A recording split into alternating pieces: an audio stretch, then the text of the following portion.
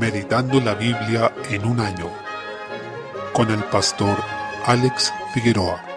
Día 25, mes 2. En Levítico capítulo 16, desde el versículo 29, continúa hablando del día de la expiación o Yom Kippur en hebreo. Este día ocurría una vez al año cuando los pecados del pueblo eran perdonados, pues se hacía expiación por ellos. Aarón, como sumo sacerdote, y luego quienes lo sucedieron, debían entrar al lugar santísimo donde se manifestaba la presencia de Dios de una manera mucho más intensa, estando separado del resto del tabernáculo, por un velo que simbolizaba el cuerpo de Cristo. De acuerdo a Hebreos capítulo 10, el velo nos mostraba que en ese tiempo el camino no estaba abierto hacia la presencia de Dios. Sin embargo, dicho camino sí fue abierto a través del sacrificio de Cristo por medio de ese cuerpo que fue rasgado para que nosotros pudiéramos tener reconciliación con Dios. Termina de hablar acerca de este día señalando que es también un tiempo de aflicción para sus almas y de arrepentimiento. Fijémonos que ese arrepentimiento debía ser intencional. No dice aquí si tienen ganas arrepiéntanse, sino que ordena afligiréis vuestras almas en el versículo 31. A esto se añade y ninguna obra haréis, versículo 29. Es decir, debía ser un día que ellos intencionalmente apartaran para arrepentirse y quebrantarse. Si no estaban quebrantados significaba que debían hacerlo, pues era algo que también se podía intencionar. Del mismo modo, nosotros también podemos y debemos intencionar un quebrantamiento espiritual mirando la palabra y lo que ella dice, viendo cómo es expuesto nuestro pecado en ella y pidiendo perdón al Señor por eso. Gracias a Dios, en la actualidad este día no ocurre una vez al año, sino que ya ocurrió con el sacrificio de Cristo, esa ofrenda por nuestro pecado hecha una vez y para siempre.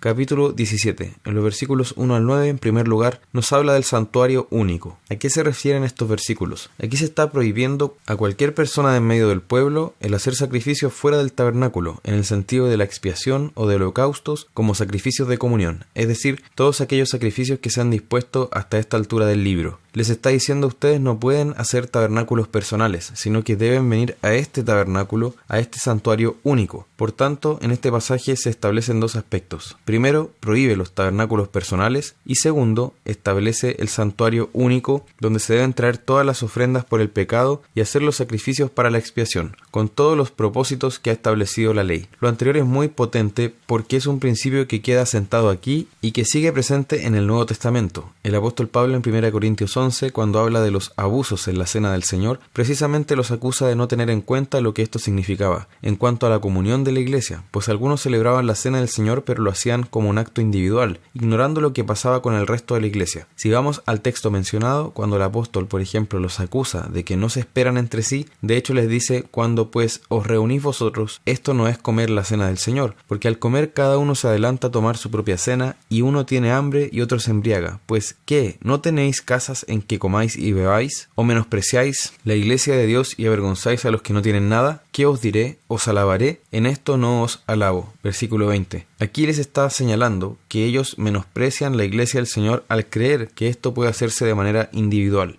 En relación a lo anterior, a veces es frecuente la pregunta, ¿podemos hacer la Santa Cena en casa con la familia? La respuesta es no, porque la Santa Cena no es un acto individual o privado, siempre es congregacional, porque tiene que ver con la iglesia reunida en torno a la palabra y al culto. Es el momento en que ella se presenta como nación delante de Dios. En contraste, hoy día vemos que hay una tendencia muy grande al culto particular. Solemos escuchar, en mi casa yo tengo una iglesia, compuesta por mi familia y otras dos más. Finalmente somos iglesia porque la iglesia está en todos lados. Claramente, la iglesia no es un edificio, sino que es un pueblo que el Señor ha rescatado. Sin embargo, se ha perdido de vista el aspecto institucional de la iglesia, en donde estamos todos juntos reunidos en torno a una instancia común, como es por ejemplo el culto de adoración, el estudio bíblico, una reunión de oración, pero se banaliza todo esto y se menosprecia esta realidad, siendo que el Señor realmente se manifiesta en medio de estas reuniones. Por tanto, tengamos cuidado, porque los que tienen tendencia a esos cultos particulares realmente son los paganos. Si nosotros vemos, en esta época también abundaban los ídolos familiares, que eran estatuillas que cada familia tenía en sus casas, donde adoraban y simplemente tenían un culto en sus familias o clanes.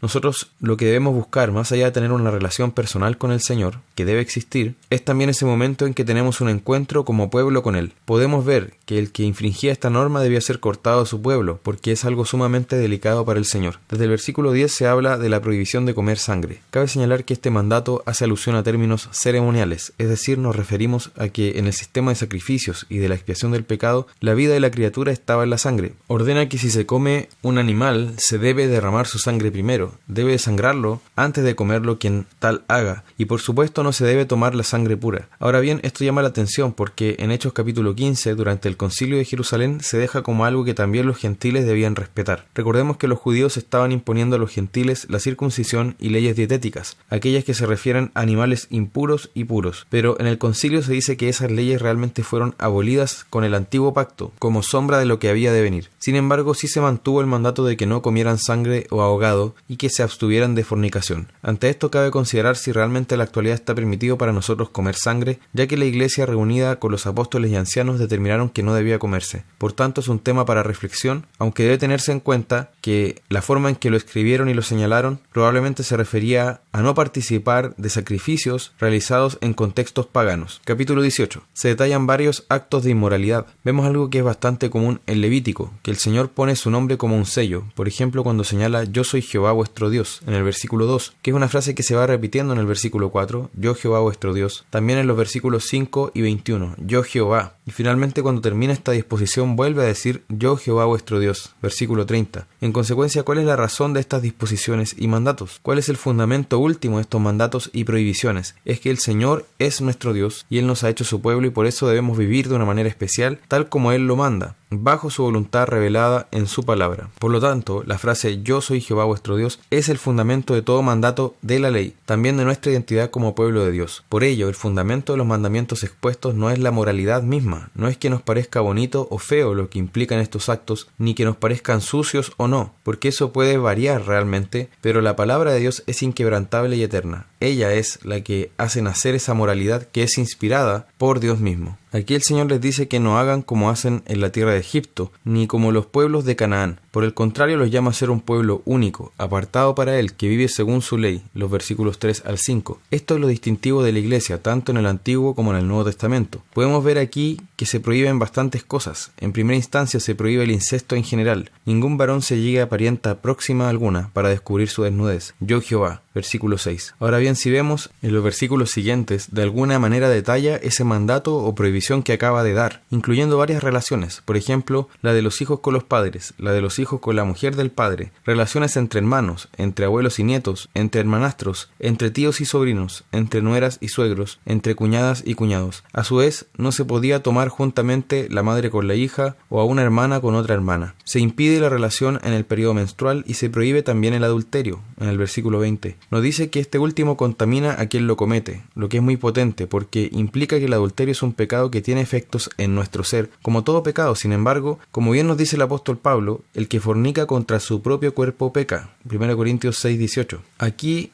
hay que hacer algo presente, pues cuando la palabra de Dios dice en los 10 mandamientos no cometerás adulterio, o cuando habla de la fornicación, no quiere referirse exclusivamente a ese pecado sexual en particular, sino que abarca toda la inmoralidad sexual. Esto es algo muy común en la Escritura, que abarca categorías de pecado más que pecados específicos. En consecuencia, no se deberían buscar resquicios, sino que ver el principio y aplicarlo de la manera más estricta y general posible, persiguiendo la mayor santidad, no la mayor posibilidad de pecar, es decir, no buscar vivir en la moralidad mínima, sino en la máxima consagración. Ese también es el criterio que nos da nuestro Señor en el Sermón del Monte. Posteriormente se prohíben los sacrificios a Moloc, en el versículo 21, que era una deidad, un dios falso, amonita, al que se le sacrificaban los hijos. Y eso también señala que tiene un poder contaminante. Prohíbe también la homosexualidad y el bestialismo, en los versículos 22 al 23. En relación con lo primero, se nos dice que es abominación. Lo segundo se califica como perversión también. Hay algo muy interesante y es que el cometer cada una de estas cosas contamina la tierra en la que vivimos. Esto debe llamarnos la atención y llevarnos a rogar por nuestro país, porque en este momento se está no solo tolerando, sino hasta promoviendo estas abominaciones y perversiones. Así que debemos orar para que el Señor tenga misericordia y también nos libre de contaminar la tierra en ese sentido. Salmo 41.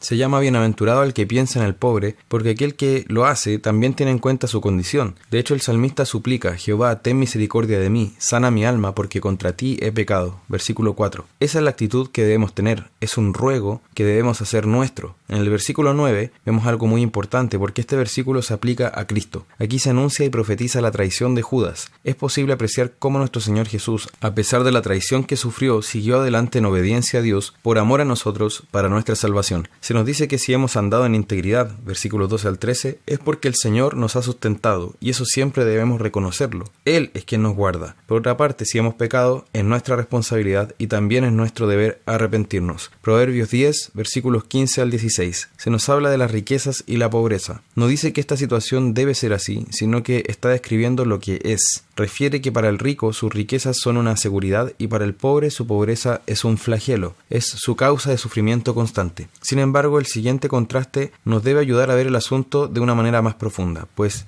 nos dice que la obra del justo es para vida, mas el fruto del impío es para pecado. No importa si el impío es pobre o rico, su fruto siempre va a ser para pecado. Tampoco importa si el justo es pobre o rico, su obra siempre va a ser para vida. Por lo tanto, asegurémonos de estar viviendo de tal manera que nuestra obra sea para vida, de que seamos contados como justos. Marcos capítulo 7. Desde el versículo 24 se nos relata el episodio de la mujer Sirofenicia, destacando que ella era gentil, no judía, por tanto no era de aquellos a quienes primero venía el Señor. Cristo vino a los suyos primero, a ese pueblo que hasta ese momento tenía la exclusividad de la revelación y el trato con Dios, y eran los judíos, la descendencia física de Abraham, a quienes el Señor vino en cumplimiento de su promesa. Los gentiles debían esperar a que se sellara el nuevo pacto, con el derramamiento de la sangre de Cristo. Por lo tanto, todavía no era el tiempo para que esta mujer sirofenicia pudiera acercarse a Jesús, como luego podría hacerlo. Se lo hace saber así nuestro Señor, diciéndole que primero debía venir a los hijos de la casa de Israel, pero ella le insistió. El Señor ocupó palabras fuertes, pues le dice: deja primero que los hijos se sacien, pues no está bien tomar el pan de los hijos y echarlo a los perrillos, en el versículo 27, refiriéndose a los cachorros que estaban debajo de la mesa esperando que cayera algo. Sin embargo, ella, en vez de ofenderse, reconoce que no tiene derecho delante del Señor, sino que solo puede esperar misericordia, aun cuando sean migajas, algo que considera demasiado digno para ella porque piensa que no lo merece. El Señor ve esta humildad y le concedió lo que ella pidió. Lo anterior debe llevarnos a tener una actitud humilde delante del Señor, no exigiendo nada porque no tenemos derecho a hacerlo, sabiendo que cualquier cosa que recibamos es pura gracia. Debemos agradecer lo que recibamos con gratitud infinita, porque nada merecemos sino el infierno. Entonces, si el Señor nos muestra algún bien, es por su misericordia y nada más que por ella. Desde el versículo 31 se nos relata cuando Jesús sana a un sordo mudo. Es posible apreciar que lo hace con un método bastante extravagante para nosotros. Podría parecernos de esta manera. Primero metió sus dedos en las orejas de él, escupió y tocó su lengua. Finalmente gimió gritando: sea abierto, o efata en arameo. Ahora bien, podemos apreciar que el Señor ocupó distintos medios para sanar, y eso nos muestra que el poder no estaba en los medios, sino en Él como persona. Muchas veces estos medios eran algo extravagantes para nosotros, como por ejemplo cuando Jesús le dijo al ciego de Juan capítulo 9 que fuera y se lavara en un estanque, luego de que hiciera lodo con saliva y se lo untara en los ojos. El ciego podría haber dicho: qué extraño es todo esto, la verdad no quiero hacerlo, me parece humillante, tal como dijo Naamán el sirio cuando se le dio la instrucción de sumergirse 7 veces en el río Jordán, pues lo encontró ridículo, pero finalmente al someterse a la palabra tuvo la bendición que estaba pidiendo. Así también ocurrió con este hombre. Algunos han puesto la propiedad sanadora en el barro, pero esto es realmente ridículo, porque justamente lo que nos está diciendo el Señor es lo contrario, que el poder estaba en Él y no en los medios. A su vez, es importante también lo que señala el versículo 37, pues es el reconocimiento de que Él hacía a los sordos oír y a los mudos hablar. El Señor estaba restaurando todas las cosas como el Mesías prometido que había de venir. Capítulo 8. En los versículos 1 al 10 vemos la alimentación de los 4.000, y al igual que el pasaje de los 5.000, nos muestra que el Señor es soberano sobre la creación, que todo es de Él, que tiene el poder de dominar todas las cosas e incluso de alimentar sobrenaturalmente a su pueblo, algo que solo puede hacer Dios. En el versículo 2 vemos que lo hace por compasión, lo que nos muestra el carácter y el corazón de Cristo, uno que es pastoral, amoroso y compasivo. Con ese mismo corazón nos mira a nosotros, nos recibe y provee cada día. Se destaca nuevamente que Él usa a sus discípulos para repartir el pan, y lo sigue haciendo así hoy, pues nos edificamos unos a otros, y lo hacemos usando el alimento espiritual que el Señor nos dio primero para compartirlo. No seamos mezquinos con lo que el Señor nos da. No me refiero solo al dinero, sino que a dones, tiempo, talentos y fuerzas. Finalmente, bendigamos con aquello que el Señor nos ha dado, y ante todas las cosas alabemos a nuestro Dios por su misericordia hacia nuestras vidas.